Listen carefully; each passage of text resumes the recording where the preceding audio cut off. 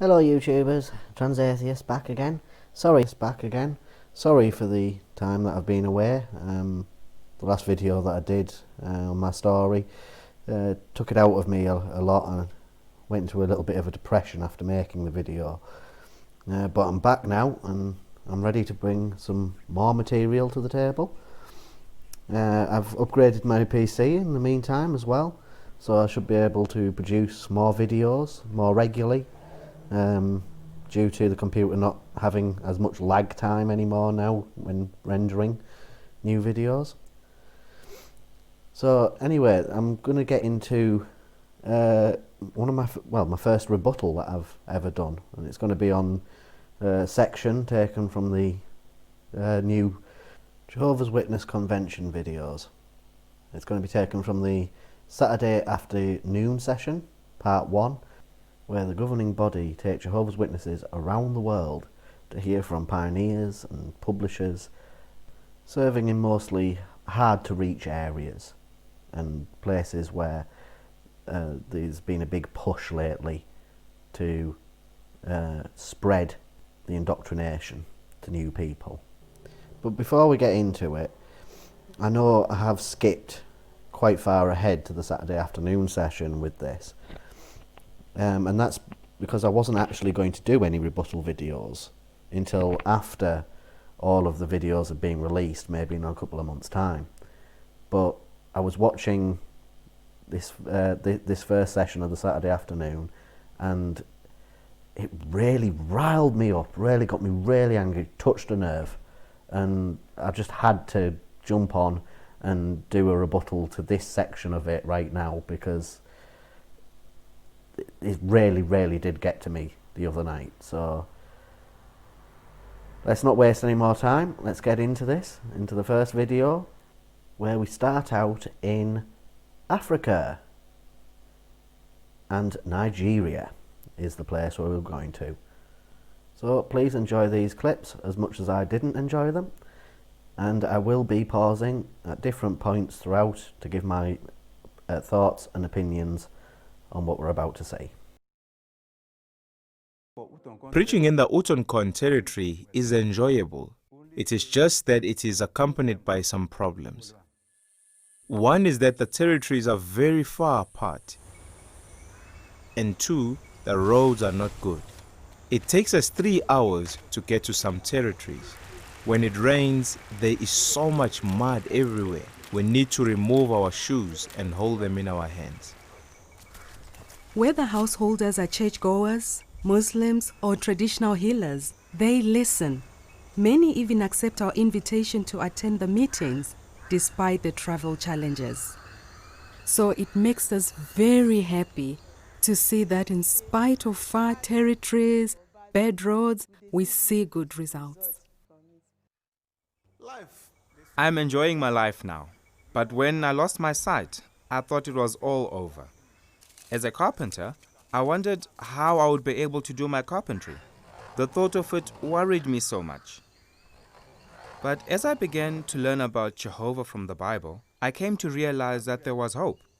That negative thinking, that my life was over, disappeared from my mind. So I am very happy now. I am joyful. There is a brother named Joseph. This brother can see, but he cannot walk.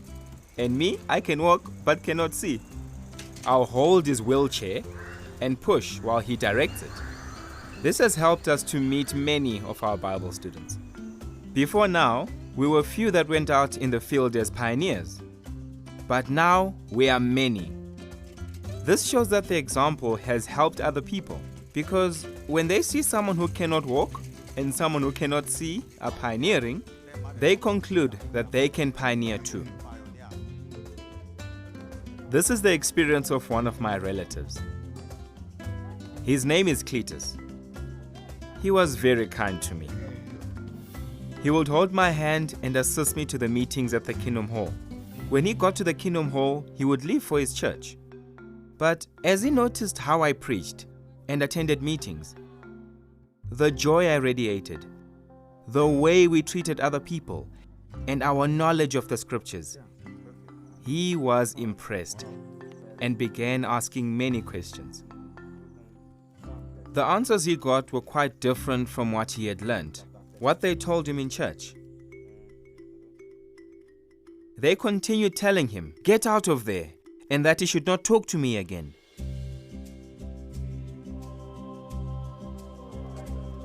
He studied the Bible, concluded his study, and got baptized. Now he serves as a ministerial servant. Sometimes, they used to assign talks to both of us to handle as a symposium, and this made me see Cletus as a spiritual brother in the organization and the congregation. This gives me joy and makes me very happy. When people notice our activities, they usually praise Jehovah and encourage us to do more. Since they know that the work we do is not by our power, but it is Jehovah who empowers us. It is true that I am blind, but I can see Jehovah. I am helping other people see Jehovah's hand in our lives. Even people who are disabled can bring praise to Jehovah. I have nothing to do other than to be joyful and praise Jehovah for my life. Well, they're not beating about the bush with this one. In my opinion, they're employing a long guilt trip tactic. This brother here cannot see, and his friend, he cannot walk. So they're both disabled. But look, they're still able to slave away their time in the service to Jehovah. So what problems could other Jehovah's Witnesses possibly have that would be preventing them from pioneering? That could possibly amount to the same as the problems of disabled people living in Africa in tough conditions, travelling miles and miles and miles every day to indoctrinate all of their fellow human beings. What? You've got work issues, problems at work? Oh well, just quit that. Oh, you've got school issues, you've got too much work at school. Oh well, don't bother with education, you don't need it, there's only one type of education. Oh, you've got money issues. Oh, forget about money, you don't need that. It's not very important, is it? Give it all to us, we'll make sure it goes to the right place. It's absolute bull, in my opinion, and clear indoctrination, clear cult-like tactics. And then there's also another point to this that they're trying to make. As we'll see from other videos in this series, the governing body want Jehovah's Witnesses to think that they have a monopoly on happiness, and that there is only one way to be happy, and that is to be a slave to the organisation. And thusly, there is also no possible way that anyone in the world could be happy. This is a tactic that is used by almost every cult organisation that I've studied and looked into. And it's a tactic that Jehovah's Witnesses use time and time again. Let's meet Sangro. His story actually begins in another part of India, where he learned the truth with the help of Alex and Annie Das. My wife and I serve in the Pandabur Sign Language Group. Currently, there are only 3 publishers, me, my wife, and another brother who is deaf. We have contact with around 100 deaf ones in our territory. Each week, 50 to 60 deaf ones attend the meetings. When they come, they bring their deaf friends with them. They also bring their relatives. We are so happy to see them come regularly for the meetings, in spite of the opposition from their families, sometimes even severe opposition. They are progressing well spiritually. We are really happy to see their spiritual advancement. When I turned 60 and retired, my wife and I decided to serve where the need is greater. To our surprise, we were asked to support the sign language field. At that time, we did not have any experience in sign language. Then our circuit overseer asked us if we were ready to move to where the need is greater. He asked if we would move to Latur, a city that was 521 miles from our home. Once we reached the city, we were overjoyed to see the interest of the deaf ones. So we decided to stay there. Not long after we arrived there, we met a priest whose name is Sangram. He was the leader of a deaf association, and he was short-tempered. Since we wanted to meet him often, we invited him to our home to discuss the daily text. He came regularly at 7 o'clock for daily text discussions. When we moved here, we did not know how to sign very well. Both my wife and I knew almost nothing. But after we met Sangram and started to teach him the Bible, we in turn started to learn sign language from him. We were very happy. We were really very happy. As soon as we started studying the Bible with Sangram, he made changes in his life in line with the Bible principles. He changed his hairstyle. He left the Deaf Association in which he was the leader. And even his personality changed. He stopped responding angrily to those who provoked him. We are so happy about the Bible discussions we had with him because with this, his life changed completely. Soon, he broke almost all of his bad habits. However, he was still unable to stop his habit of chewing tobacco. Now, since we loved him, we took him to a dentist and had his teeth cleaned. After that visit to the dentist, he completely stopped using tobacco. Within 6 months from starting the Bible study, Sangram became a qualified publisher, and after that, he continued to progress well. One word: cherry picking. This story is clearly picked on purpose. Firstly, it follows on nicely the topic of pioneers with hardships.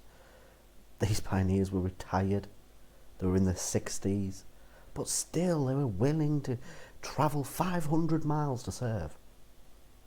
And they served in the death field, even though they did not know sign language. So obviously they must have had Jehovah's help to succeed. Secondly, there is a new topic here at play, and it will play out in the rest of the videos further in this symposium as well, and that is the topic of bad habits. This Bible student chewed tobacco, had a bad temper, helped other deaf people in a worldly charity, and had the wrong type of hairstyle. Wow, obviously an evildoer who needs a correctional course. 2 points that made me chuckle. First, the anger issue, in my opinion, placed into this story to again show how bad worldly people are, because as we all know, everybody in the world is exactly the same as the next guy in the world. All 8 billion of us, exactly the same.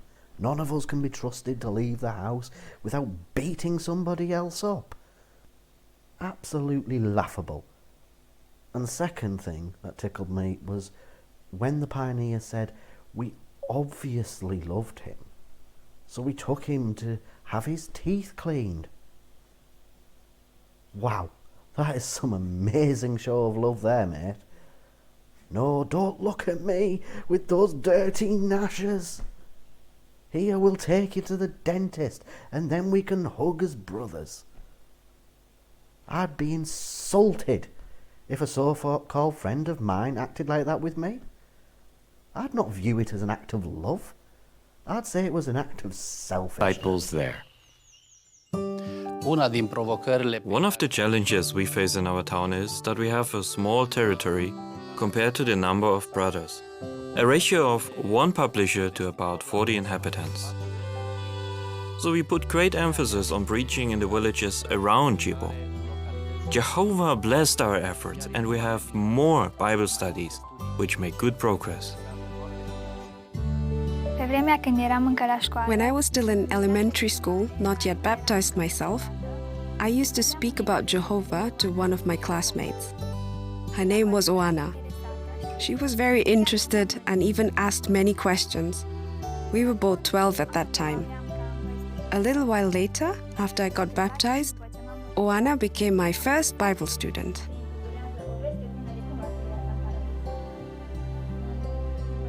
I was able to show her how to prepare well for the study. In the evening, we used to read the Bible together, and we even wrote down in a notebook our favorite Bible texts.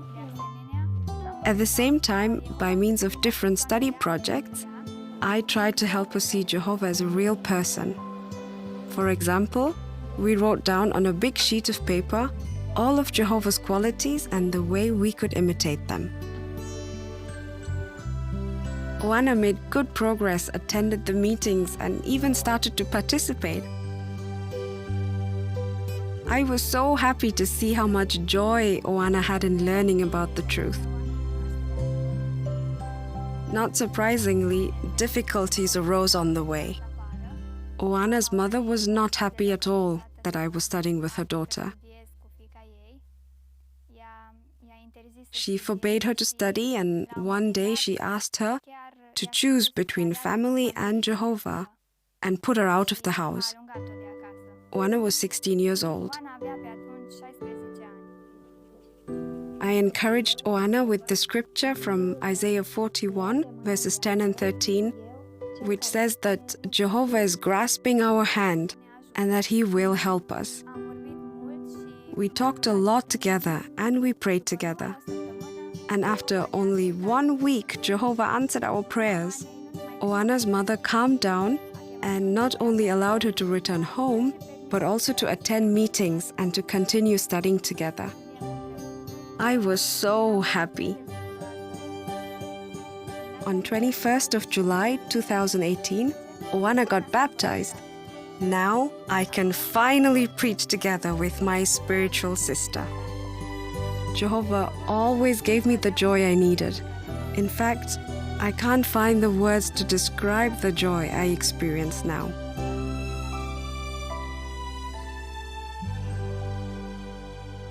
Did you notice where and when Beatrice started talking to Oana about Jehovah? In elementary school. What a wonderful reminder that you young ones can experience joy by making school your personal territory. If you haven't tried it already, look for someone with whom you can share the good news. You may be surprised at... Well, here we go. This is the video clip that really had me screaming the house down when I first watched it. There's quite a lot to unpack in this short segment, so let's get into it. Firstly, there's the issue of the child indoctrination, right here at the beginning. 12-year-old child being indoctrinated at school. This is appalling in my opinion. No child should ever have somebody else's beliefs thrust upon them as truth, without any evidence. Children are innocent and do not need this medieval style of beliefs and teachings taught to them. Even more so when there is absolutely no evidence to back up any of these Bible teachings. If you want to teach somebody else something that you believe, fine. But make sure that you have the evidence to back up your beliefs.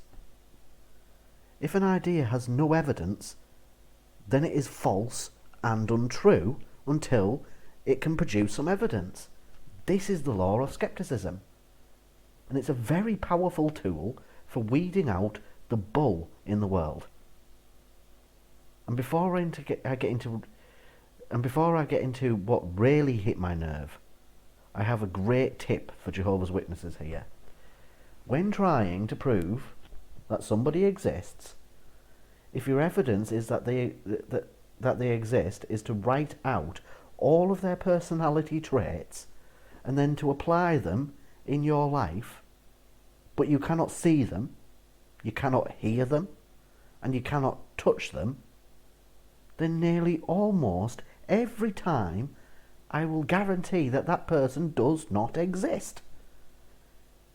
In fact, they are probably just an idea rather than a person. If I told you that my friend Fred exists, and you said, show me him, where is he?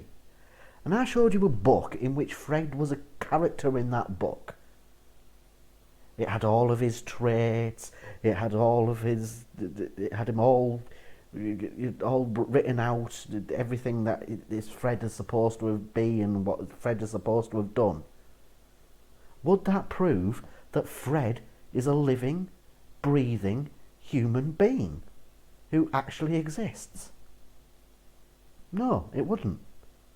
And really, what is so different about Jehovah? Their entire evidence that he exists is a book, of which he is a character in that book. Now on to the worst part of this segment. When the sister says that the student's mother made her choose between Jehovah and her family, even going as far as kicking her out of the house, a 16-year-old girl. Here the governing body are trying to insinuate how terrible these worldly parents are, how awful they are for kicking out this young girl, putting her out of her house and onto the streets, simply because she doesn't believe what they believe. Does this sound familiar? Don't Jehovah's Witnesses do exactly the same, and worse, when they ostracize those of us who dare question, who dare to have our own beliefs and our own thoughts? I personally have lost nearly all of my family and all of my friends due to this ridiculous rule that they have. Even now, I cannot even have a simple cup of tea with my grandma. When my brother, who I live with, goes to see her, I have to go with him because he's disabled and I am his helper. But I have to sit outside of the house on a bench and wait for him to finish seeing her, because the elders are so insistent that I have to wait outside, that I cannot see my own grandmother, not even for 5 minutes, once a month. Doesn't matter whether there's wind or it's cold or it's raining or it's snowing, I have to sit out there looking like an idiot because I'm not allowed in the house. So this hypocrisy that they're getting at here, how terrible these worldly people are for doing this to this young girl. It's complete hypocrisy, and it's something that really gets to me. I will be making a video about my ostracism and particularly what's happened since leaving Jehovah's Witnesses at some point. But obviously I'm not going to get too much into that in this video. And so let's many, if not move on. all, in our territory know about God's word, the Bible. However, they are taught false teachings. The challenge arises when customs and traditions conflict with Bible teachings. As they study and they progress, they face opposition from their family, and of course there's the social pressure that comes from their community. Added to this is the materialistic goals that are put before them. So all of this combined really poses a challenge with these ones progressing. Despite these challenges, some of them eventually do study the Bible with us. Some have become Jehovah's friends and made the truth their own. So to be able to show these ones from God's word, the Bible, that Jehovah is a God of love, and to see their reaction, that in itself is a wonderful blessing. I used to study with this young girl. She wanted to make progress in the truth. But in order for her to do that, she had to overcome these two biggest obstacles. One was this career that she had, and the other was the obstacle from her unbelieving family. I really don't want to impose the truth on her, so my goal was to help her understand what the Bible teaches, help her see the big picture, and let her draw her own conclusion. I try and be a good example to her by enjoying the ministry myself, and helping her to understand that as I'm out in the ministry, I know I'm working along with Jehovah. Although she had a high-paying job, she wasn't happy. She was always stressed. Then she sees Jehovah's Witnesses, despite being out there in the ministry, hot sunny day, rainy day, they're happy. She knew and was convinced that she'll be really happy if she put Jehovah first in her life. So eventually she had to tell her mother-in-law that she had resigned from her employment. So her mother-in-law says, and now you've resigned? So what you're going to do? You're going to go preaching? And then she says, the decision that I've made is going to make me happy. It's going to make Jehovah happy as well. In seeing the big picture, she was able to make a stand for true worship and be on Jehovah's side of universal sovereignty. I attended the Pioneer Service School with her. You know what really made me happy is seeing ones like her being happy in doing the same work in helping others come to serve Jehovah. And knowing the fact that Jehovah had actually used me in helping others find the truth and serve Jehovah as well.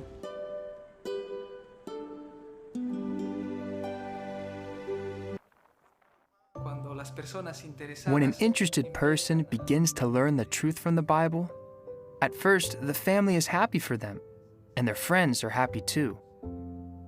But when the teachings of the Bible are in opposition to popular customs, those family members and friends may become their main source of opposition.